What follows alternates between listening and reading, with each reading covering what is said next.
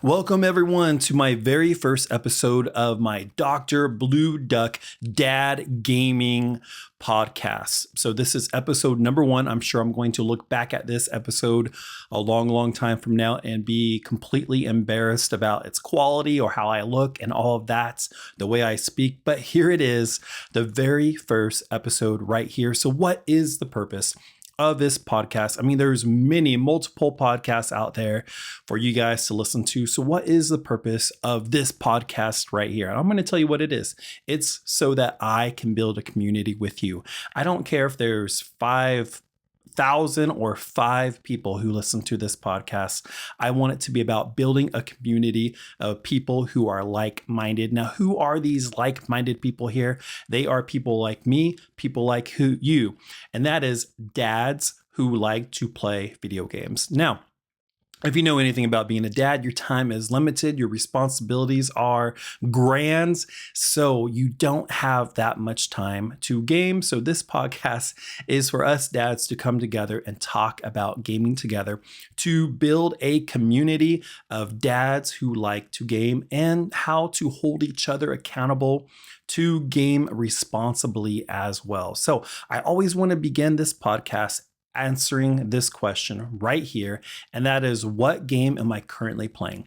Right now, I went back into the past and I decided, since I played all the other Halo shooter games out there and they were always a very important part of my past, I decided to finally try to beat the campaign of Halo Infinite. Now, I know what a lot of people feel about that game, and I kind of agree to a certain degree. It's definitely not a game that's lived up to the hype that we all wanted it to. We waited so long for it to be, and it's kind of been lost in the dust. It's kind of been lost in the ashes in a way, where a lot of people don't hold it to the esteem that Halo games used to be held up to. I remember being back in college, actually right out of my undergrad years, maybe still in them, I can't remember, somewhere around that time of my past. And I went to a buddy's house, and he was a single guy, had some roommates, and they just made every room a LAN party room for Halo 2 back in the day. And we had wires, Ethernet cords going all the way through the entire house. And everyone brought their TVs and Xboxes. And to be able to do that type of setup, we played till the early hours of the morning, or should we say late hours of the morning, whatever.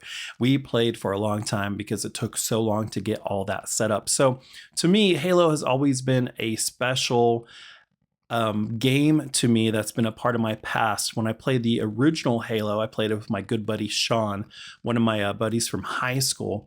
And I remember us beating the game during Thanksgiving break. My dad, he worked at the time in the oil fields. He would wake up in the morning and we would still be up playing it. I felt super bad. I'm like, okay, that's when we need to stop. One time on a Black Friday, he and I decided just to play all night long. Didn't sleep at all. Woke up early the next morning and went Black Friday shopping. So to me, Halo was always an important part of my gaming past. So I decided I need to beat Halo Infinite, despite all the negativity that I've heard about it. And I began playing it. I haven't beaten it yet, but one thing that's special about playing it right now is this, that my 5-year-old, he's 5 now, my 5-year-old son gets to sit right next to me. And of course, he's not really playing it, but he has a controller in his hand with no batteries, has a controller in his hand, and he is just telling me what to do and where to go the whole entire time. Now, one part I haven't really spent too much time with is the Halo multiplayer. And I think that's just because Call of Duty and Fortnite and all those games kind of just take precedence over the good old-fashioned Halo multiplayer. But I am enjoying the campaign. I'm enjoying playing it, having my oldest boy right next to me tell me what to do and tell me to fight the aliens. He knows who Master Chief is. So we're having a good time playing that together. And it's going to take me a long time to actually beat that campaign, because to me, and hopefully to you as well, gaming is a hobby. And I believe men, where it's just something about men that naturally gravitate to a hobby. We've seen this for many, many years. Guys like sports, guys like to fix up an old car in their garage, guys like to play poker or cards. They used to do all those things. And today, one of those hobbies that men gravitate to is gaming. And if that's done responsibly, I don't think there's anything wrong for that. So what is the reason for a hobby? Why should we game at all? Well, I think this is it. I think gaming does something to our minds. We go to work, we're busy. I know I try to wake up early. I try to go to the gym at least 3 days a week. I'm working all day long. I don't have really any downtime. It's always being productive, being productive.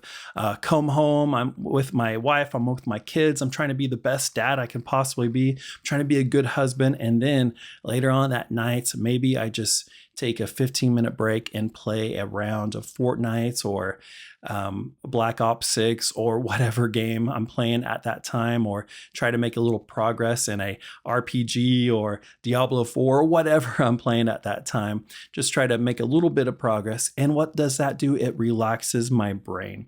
And I think that's what hobbies do for us. They give us a little break from our busy, complicated, stressful lifestyle, just to let our brains rest, our minds renew, and then we come back to life refreshed.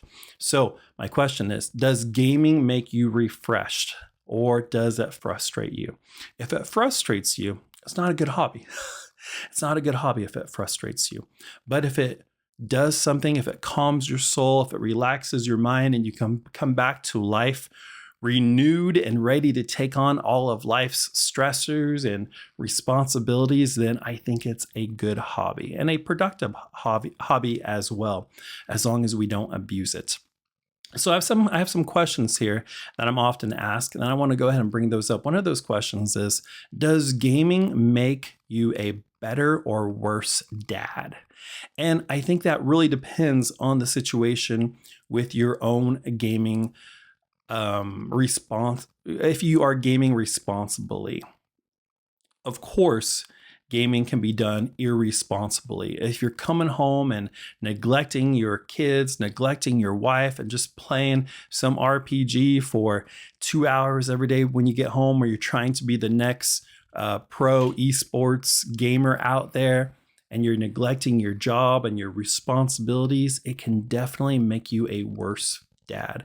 But if you're using it as a hobby, just to take a break when you are given free time here and there to relax your minds and to encourage you, then in that case, I think it could make you a better dad. Some people have really interesting hobbies. Some people like to go for a run. Some people like to soak in the bathtub or a spa, all of those things. So gaming is just something like that. And that's something we need to remember. We need to remember that gaming is a game. Gaming has the word game in it, obviously. So don't confuse a game for real life. Don't let a game become more important than real life. It is just a game, just like playing bingo or Monopoly or watching a sports game on TV. They are games. They are not to be put above or over people. They are a game. So don't forget about that. I've talked to some people in the gaming hobby niche who are just taking gaming way too seriously, and they even get mad at people who don't take it as seriously as they do. I remember years ago when everyone was playing Halo 1. One of my buddies got married and he had a bachelor party. Well, during that time, I was doing my undergrad work and I didn't have that much time to play, especially, actually that was Halo 2. I didn't have that much time to play the multiplayer, so I wasn't that good. Well, I got with him and a bunch of other guys who were having a bachelor party game nights, and he just was amazing, and all of his friends were amazing, and they were like getting upset at me for not taking the game serious. Well, I just wasn't very good because I was a full-time college, actually I was an overtime college student, plus working a part-time, sometimes more job while I was doing all of that. So I didn't have any time to game in that season of life, and they took it way too serious. But they were young men who weren't going to school, were only working a few hours a week and just gaming during all that time. So they weren't gaming responsibly according to my opinion on the matter. So, but I'm glad I went to school. I'm glad I went to college. I'm glad I have my career now. I'm a high school art teacher. You can see some of my paintings behind me there. So now I have time here and there to game and to buy some gaming consoles and gaming equipment and to do so responsibly. So, can gaming make you a better or worse dad? The answer is yes. So you need to make sure you are being responsible with it. I always say, put everyone else first. Put every human there is before you're gaming. Put them first. If you have a chance to lay with your kid while they're going to sleep and to tell them a story or sing them a song or play them a song, do that before playing a game, because gaming's always going to be here and it's going to get better and better and better in time. It's always going to be here, but your kids, your family, they're not going to always be here. Your friends aren't always going to be here. So someday you're going to have endless hours to game.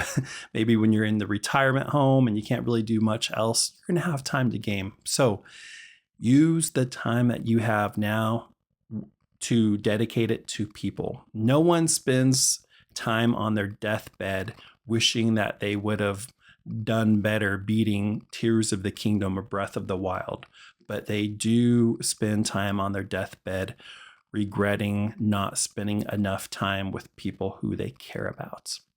Another question we have here is, do I let my kids play video games, and for how long?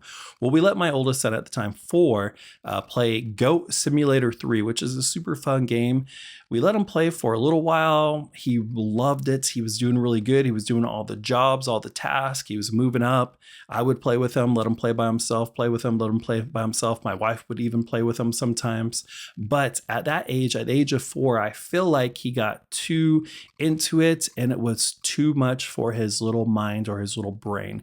Because in that game, you're in a full 3D simulation environment where you're where you're a goat, doing all these funny things and getting fun costumes. I think it was just too much for him. And I thought about it back when I began video games way back in the day. I think I was 7 years old, and my nanny and papa, my grandparents, bought me a Nintendo Entertainment System for my 7th birthday. And it was a newer system. That kind of shows how old I am. And they got it for me. I didn't even want it. I didn't know what it was.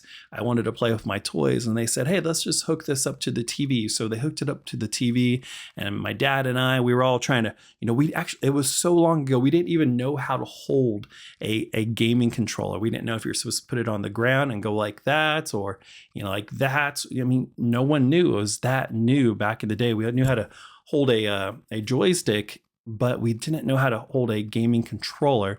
So we figured that out, and we got through the very first level of Super Mario Brothers, just the very first stage. And we thought we beat the entire game. We had no idea that there was multiple levels beyond that. But when I was young, when I started gaming at the age of 7, that was a 2D, very simple 2-button controller platformer. Nowadays, when kids are beginning games, there's a whole immersive 3D world that they're going through. They're turning around all different directions. They have multiple buttons. And I think that I personally believe that is too much for their little minds right now. So my son, with him, we kind of took a break from playing the GOAT game, and the games that we do let him play are under supervision of us, and they are very limited, and they have become to be games that are platformer games. And one that we've been playing is Mario Wonder, and that's been a fun one for him. We'll talk more about that later. So let's move on to the next question here. How do I sneak in gaming time as a busy parent? Okay, we have some, we don't have a whole lot of time in my house. We are busy people. We have grandparents we spend a lot of time, or the kids' grandparents we spend a lot of time with. We have church. We have, I work full time. My son's going to go back to baseball in about 2 or 3 weeks. So he's going to be doing that. So there's a lot of stuff that we have going on, and we're just busy people. We don't just stay home all the time. We like to go to theme parks. We like to travel. We like to do all those fun things. So how do I sneak in time as a busy parent? What we do is I have a set time from 8:30 to 9:30. So if you're on YouTube, every 8:30 to 9:30, every other Thursday, I play typically Fortnite with my Builders gaming group. Builders is my life group at church, and we have some guys that get together and we just try to encourage each other, have some fun, goof around, and we are horrible, but we play Fortnite for 1 hour from 8:30 to 9:30 every other Thursday, and we all just talk and chill. And that's the time I've set aside in my life. My wife is very supportive of that. It's 1 hour every 2 weeks where we get together and we play Fortnite. So that is how I sneak in time as a busy parent. Most of the other time I'm playing games, it's with my sons in the living room and we're playing something together, which really limits the games I can play. But I have the PlayStation Portal, and right now the Nintendo Switch 1. I'm going to get the Nintendo Switch 2, of course. But I have the PlayStation Portal, which streams my PlayStation 5 Pro, and I have my Nintendo Switch. So I play those handhelds in bed, laying down, just kind of resting, and that helps me just kind of calm down to go to sleep at night. So that's how I sneak in time gaming as a busy parent. Now, we have 2 more questions. One of them is, or one of the second to the last one is, can a dad still enjoy gaming without the guilt? Can a dad still enjoy gaming without the guilt? And I think the answer is yes. Yes, if it is done responsibly. If you are gaming as a way to relax yourself, to make you a better parent. If you are putting your kids, your wife, your family, your responsibilities first. Now, there are some guys who I personally know and have met who do not do this. They are somewhat addicted to gaming. They play multiple hours a night. They neglect their bodies, their health, their kids, their wife, their family, and sometimes their jobs, where they don't even go to their jobs, or they quit their jobs and don't look for certain jobs when they should be out looking for a job because gaming is so important to them. So if you are neglecting your responsibilities and your family for gaming, yeah, you probably should feel some guilt there, okay? But if you are gaming responsibly with a limited amount of time, yeah, you're not going to like max out your characters on every RPG game there is, okay? But in this season of life, you don't want to be there. As one of my buddies says, Sean, he says, man, he goes, that right there, that there is a single man's game. And there's some truth to that. There's some games out there, they are meant for single people without responsibilities. And to be honest with you, I don't want to be a person who's in that stage. I don't want to be someone who's isolated and alone where I can spend countless hours gaming. I got married later in life, and I'm so thankful to be in this stage where I have my wife, I have my family, I have my 2 little boys to hang out with. I don't want to be in some apartment by myself with endless hours to game. That, to me, that's not the life I want. Some people might want that, and that's cool with you. But for me, I don't want to be there. So I know I'm not going to be able to max out games. To me, gaming is a fun hobby, a fun pastime that I try to do responsibly, just to relax myself, to have some pseudo adventure that's safe that I could do on my little handheld 15 minutes before I fall to sleep. Something that's not going to rob too much time or attention from my real responsibilities, primarily my family. So yes, you can enjoy gaming without feeling guilt if you game responsibly. So I want to end today's episode 1 Dr. Blue Duck podcast on this question.